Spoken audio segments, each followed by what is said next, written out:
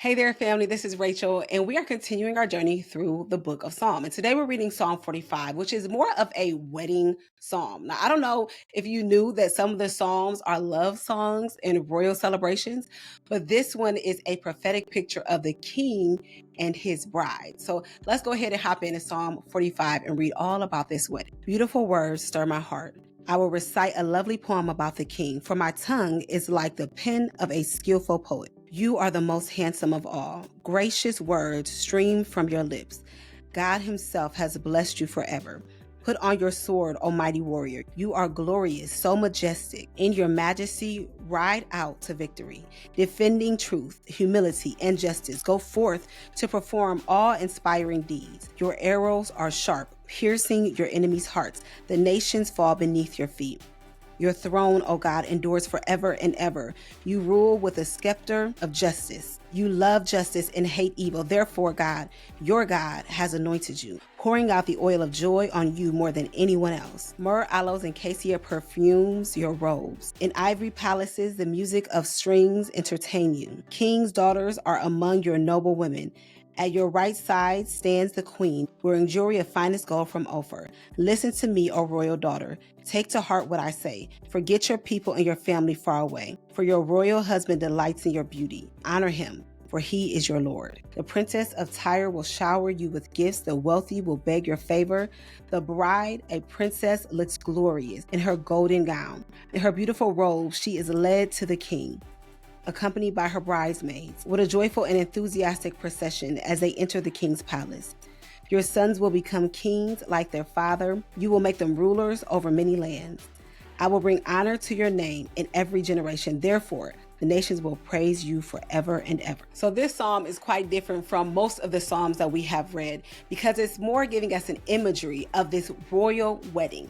And some people believe that this wedding is a wedding that Solomon had, while others really believe that this is speaking to Christ and his bride. This is often known as more of a Messianic psalm and is pointing us to Jesus.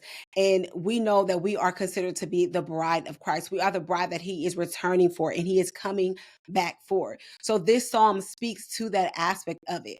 But it also could speak about Solomon, because we know that Solomon was David's son and he had several wives. And so that means he had several weddings. So in either case, I like to look at this and consider it to be a psalm that is preparing me and positioning my heart and my mind and reminding me that I am the bride of Christ. So let's go ahead and hop into the big picture overview of Psalm 45. The first thing is, what is the genre? We already said it's kind of a Messianic psalm, but it is a royal psalm and a love song because it's celebrating a king's wedding, which symbolizes the divine beauty and covenant between us and the Lord. Now, the theological tone here is a majestic, joyful, and prophetic tone. And it honors the king, but also points toward Jesus as the bridegroom of the church as a whole. And then when we think about where this psalm fits in the big picture of the Bible or in the big picture of Psalms, this psalm celebrates an ideal king and his bride. And it's blending just historical praise with the messianic imagery that we see in here. So verses 6 and 7 are quoted in Hebrews 1, 8, and 9 to describe Jesus's eternal reign. What does verse 6 and 7 say? Your throne, O God, endures forever and ever. You rule with a scepter of justice. You love justice and hate evil. Therefore, God, your God, has anointed you, pouring out the oil of joy on you more than anyone else. So this is describing the eternal reign of Jesus. And it foreshadows the union of Christ and his church, which we see in Ephesians 5 and 25 through 27. And it ultimately depicts beauty, purity, and divine blessing. So what is the key verse here when we are looking at Psalm 45 is verse number 2. You are the most handsome of all. Gracious words stream from your lips. God himself has blessed you forever. So this isn't just about eternal royalty. It's a vision of our heavenly kingdom. So let me ask you this question.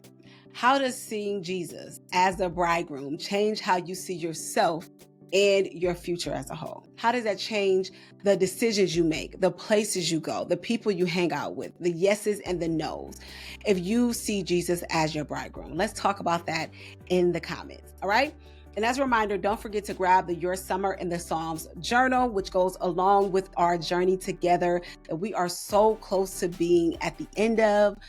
But I still want you to grab the journal. is start the Bible plan or continue the Bible plan if you're already working through it, and make sure that you turn on your notifications so that when a new video comes out, you will have the information and you'll know that a new video is here. All right.